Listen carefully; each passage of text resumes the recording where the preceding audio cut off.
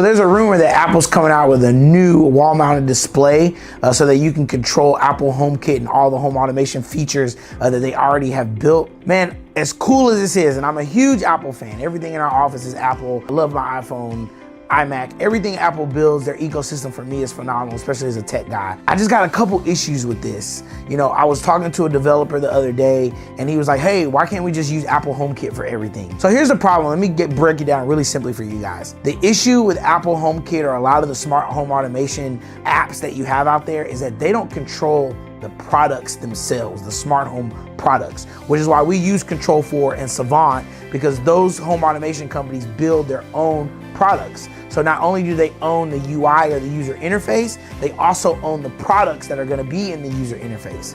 What Apple's tried to accomplish with HomeKit is they're taking everybody's third-party devices and they're trying to bring it all together into their UI. They've introduced Matter. If you don't know what Matter is, it's the new coalition of smart home programming that everyone is supposed to be using so that all your smart home devices talk to each other. I'll believe it when I see it. We have a lot of devices that have Matter built into it now, and I know this is where Apple and Microsoft and all the big companies are trying to push the smart home industry.